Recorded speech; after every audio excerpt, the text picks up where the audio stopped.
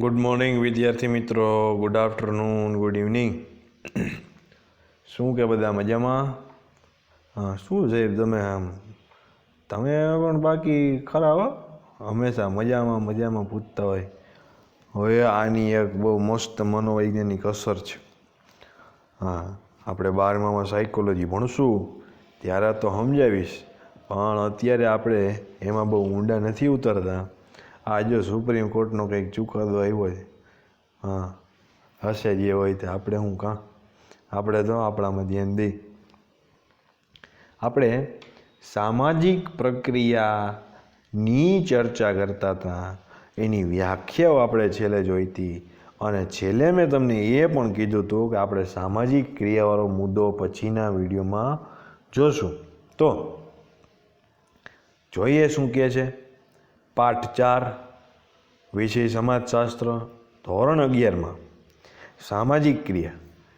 સામાજિક ક્રિયાની વિભાવના એક પ્રકારનું માળખું પૂરું પાડતું હોય તે હેઠળ કોઈ પણ ઘટના કે સામાજિક પરિવર્તન સમજાવી શકાય છે. સામાજિક ક્રિયાની વિભાવના એટલે મેં તમને શરૂઆતમાં વાત કરી દીધી કે તમે વ્યાખ્યા ગણી લ્યો. હવે વિભાવના એક પ્રકારનું માળખું પૂરું પાડે છે. હવે જ્યારે આપણી પાસે એક માળખું હોય ત્યારે આપણે કોઈ પણ ઘટનાને કોઈ પણ સામાજિક ઘટના કે એમાં આવેલું પરિવર્તન એને આપણે સમજી શકીએ છીએ, એટલું જ નહીં સમજાવી શકીએ પણ છીએ. બધી જ ક્રિયાઓ એક ચોક્કસ અર્થ દ્વારા સામાજિક જગતની રચના કરે છે.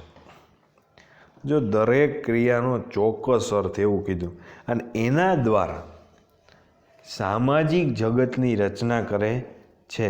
હવે તમે વિચારો કે સામાજિક જગત એટલે આપણે જે જોઈએ છીએ તે, જ્યાં આપણે વ્યવહાર કરીએ છીએ ઘરમાં અને ઘરની બહાર જેટલા પણ લોકો હોય એની સામે, એ શું છે તો કે એ આપણો સામાજિક જગતનો એક ભાગ જ છે. પડી ખબર? સામાજિક ક્રિયાનો ખ્યાલ મેક્સ વેબરે આપ્યો. આ MCQમાં પૂછી શકાય એવો પ્રશ્ન છે કે સામાજિક ક્રિયાનો ખ્યાલ કોણે આપ્યો? તો કે મેક્સ વેબરે. મેક્સ વેબરના મતે સમાજશાસ્ત્ર ક્રિયાની વૈજ્ઞાનિક પદ્ધતિથી અર્થપૂર્ણ સમજ મેળવતું વિજ્ઞાન છે. હવે જો મેક્સ વેબર જે વસ્તુ કહે છે એ ખરેખર તમારે અંડરલાઈન કરવા જેવી છે, અને આમાં ઇન્વર્ટેડ કોમામાં જ આપી છે જો તમે જોતા હોય તો, કે સમાજશાસ્ત્ર ક્રિયાની, જે સમાજશાસ્ત્રમાં ક્રિયા આપણે ભણીએ છીએ ચાલુ છે, જે સામાજિક ક્રિયા એની વાત કરે છે, કે સામાજિક ક્રિયાની વૈજ્ઞાનિક પદ્ધતિથી, અથવા તો આપણે જે અત્યારે સામે છે એટલે કે સમાજશાસ્ત્ર શું છે. ચાલો, મેક્સ વેબર એમ કહે છે કે સમાજશાસ્ત્ર શું? તો કે સમાજશાસ્ત્ર, થોડીક વાર રાહ જુઓ, આવી રીતે વાક્ય વાંચવાનું. સમાજશાસ્ત્ર ક્રિયાની વૈજ્ઞાનિક પદ્ધતિથી અર્થપૂર્ણ સમજ મેળવતું વિજ્ઞાન છે. That's it. જેટલી પણ સામાજિક ક્રિયાઓ થાય છે એની વૈજ્ઞાનિક. હવે તમને એમ થઈ જાય એ શું વૈજ્ઞાનિક પદ્ધતિ, એટલે એમાં કંઈ ટેકનોલોજીનો ઉપયોગ આવતો હશે? નહીં દોસ્તો, એવું નહીં. વૈજ્ઞાનિક એટલે કે જેમાં સિદ્ધાંત રૂપ વાત થતી હોય, કે જેમાં એકદમ વ્યવસ્થિત. જો વિજ્ઞાન એટલે સુવ્યવસ્થિત જ્ઞાન. હા, એનું ફૂલ ફોર્મ એવું થાય છે. જો વિજ્ઞાન એટલે તમારા મગજમાં ગતિ, ઝડપ અને વેગ ને પછી રાસાયણિક પ્રક્રિયાઓ ને પછી આંતરડું ને પાચન તંત્ર, હૃદય ને એવું બધું આવવા માંડતું હોય તો આઈ મસ્ટ સે my friends, you are wrong. કેમ કે વિજ્ઞાન એટલે તો સુવ્યવસ્થિત જ્ઞાન. અને એટલા માટે જ આ વૈજ્ઞાનિક શબ્દ છે એ ઘણી જગ્યાએ આપણે લાગુ કરી શકીએ.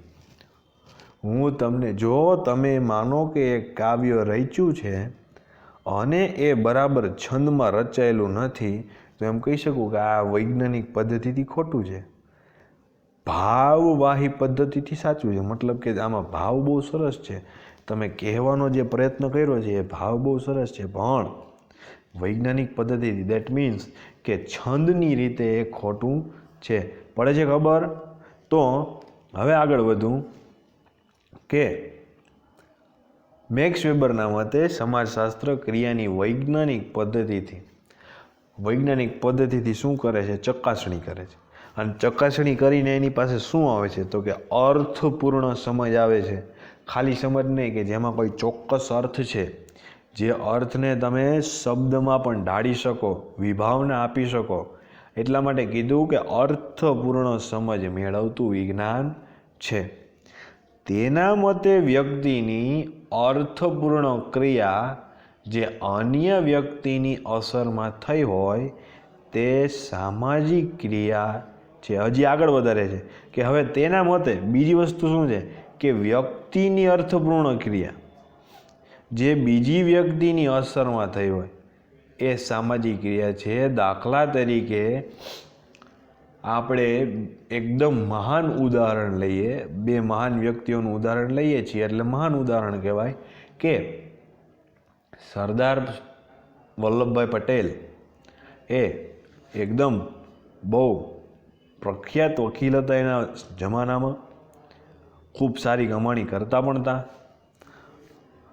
એમનો ખાદી પહેરવાનો કે પછી બધું ત્યજીને દેશને આઝાદ કરાવવાનો કોઈ વિચાર એટલો બધો નહીં, પણ જ્યારે ગાંધીજીને મળ્યા અને ગાંધીજીનો જે પ્રભાવ પડ્યો અને એને લીધે એને થયું કે મારે પણ સ્વતંત્રતા પ્રાપ્તિની લડાઈમાં, અહિંસક લડાઈમાં જોડાવવું જોઈએ, ત્યારે એણે જે પરિવર્તન આવ્યું એને આપણે અહીંયા લાગુ કરી શકીએ કે વ્યક્તિની અર્થપૂર્ણ ક્રિયા. હવે એમાં અર્થપૂર્ણ ક્રિયા કઈ છે?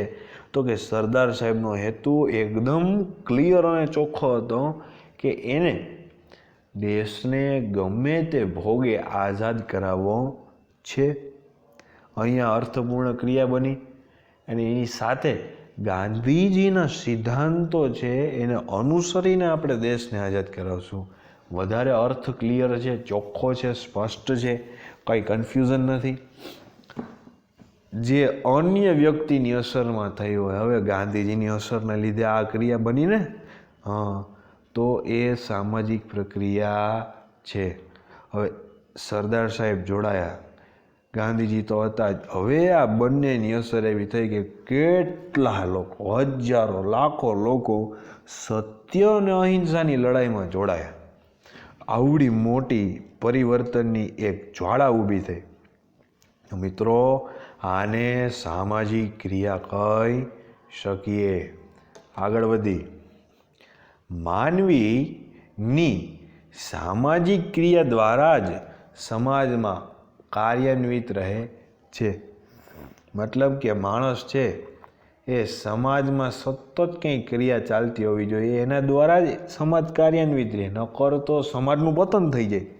હા, જો આદિવાસી સમુદાય એની સંસ્કૃતિને અનુરૂપ રહીને જે કોઈ પણ ક્રિયાઓ કરતું હોય, દાખલા તરીકે શિકાર કરે છે, પછી એનો સરપંચ છે દર રવિવારે સભા ભરે છે અને એમાં કોઈ નીતિ નિયમ ને ઉત્સવો ને તહેવારો ને કાર્યક્રમો વગેરે થાય છે, જો એની આ કાર્યાન્વિતતા જે છે એ બંધ થઈ જાય તો સમાજ એનું પતન પામે. આદિવાસી સમુદાય હતો એવું થઈ જાય. વ્યક્તિ જ્યારે ચોક્કસ હેતુને ધ્યાનમાં રાખીને કોઈ સંદર્ભમાં ક્રિયા કરે છે ત્યારે સામાજિક ક્રિયા બને છે. હવે તમારા લાયક ઉદાહરણ આપ્યું, જો આપણે તો સામાજિક આદિવાસી સમુદાયની વાત કરી, પણ તમારા લાયક ઉદાહરણ છે કે આવતી પરીક્ષામાં ઉત્તમ પરિણામ લાવવા માટે નિયમિત રીતે અભ્યાસમાં વધારો કરવાનું વિદ્યાર્થીનું વર્તન છે એ એક પ્રકારની ક્રિયા છે. પડે છે ખબર? પણ અહીંયા શબ્દ વાપરો છે કે નિયમિત રીતે અભ્યાસમાં વધારો કરવો. અભ્યાસમાં વધારો કરવો એટલે ઝાઝા પાઠ ભણી લેવા એમ નહીં, પણ જે પાઠ નથી આવડતો એનું પુનરાવર્તન ચોક્કસપણે વ્યવસ્થિતપણે કરતું રહેવું એ અભ્યાસ છે.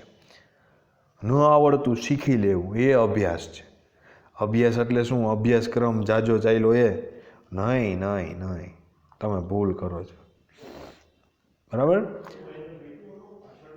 પાર્સન્સના મતે, સમાજશાસ્ત્રીનું નામ છે, પાર્સન્સના મતે વ્યક્તિની ધ્યેય અભિમુખ ક્રિયા સામાજિક ક્રિયા છે. હવે જો બહુ મસ્ત વાત છે કે વ્યક્તિની ધ્યેય અભિમુખ ક્રિયા, મતલબ કે વ્યક્તિ છે એને કોઈ ધ્યેય સેવેલો છે, કોઈ લક્ષ્ય સેવેલું છે, તો એ તરફની એની સતત જે ક્રિયા છે એ આપણી સામાજિક ક્રિયા છે અને એ સમાજ વ્યવસ્થા રચે છે. હા, એ સમાજ વ્યવસ્થા રચે છે. એવું બધું. દાખલા તરીકે ડિગ્રી લેવા માટે કોલેજમાં એડમિશન લેવું, કેટલી સરળ વાત કહી દીધી. હવે અહીંયા હું તમને વ્યાખ્યાને અનુરૂપ ઉદાહરણ આપીને સમજાવું તો માનો કે તમારું ધ્યેય છે કે સમાજશાસ્ત્ર, ચલો આપણો જ વિષય લઈ. સમાજશાસ્ત્ર વિષયમાં તમારે નિષ્ણાત બનવું છે અને એના માટે તમારે PhD જેવી ડિગ્રી હાંસલ કરવી છે, તો તમારે 12મા પછી કોલેજ થ્રુ જવું પડે PhD સુધી. ડાયરેક્ટ તો PhDનો કોર્સ થતો નથી.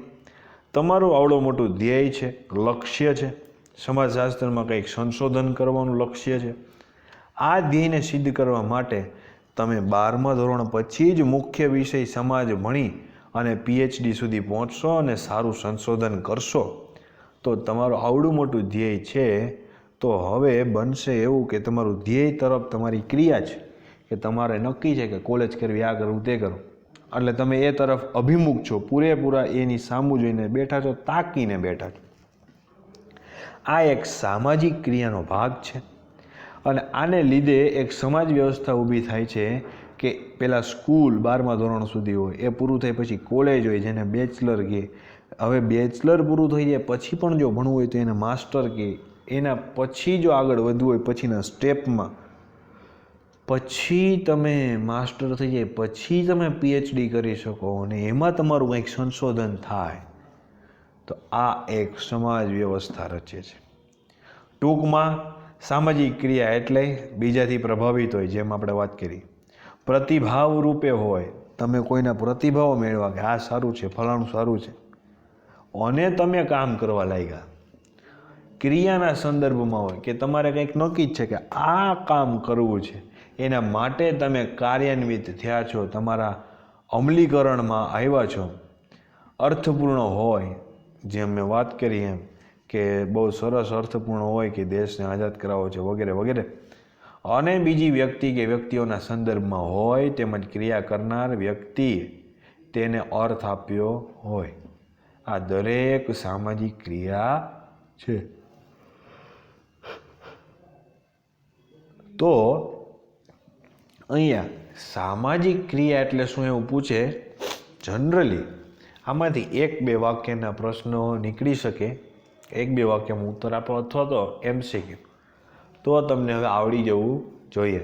ઓકે, ચાલો સરસ રીતે વાંચજો અને 2 વાર લખી નાખજો એટલે તમને ક્લિયર થઈ જશે. વાત પૂરી. ઓકે, આવજો.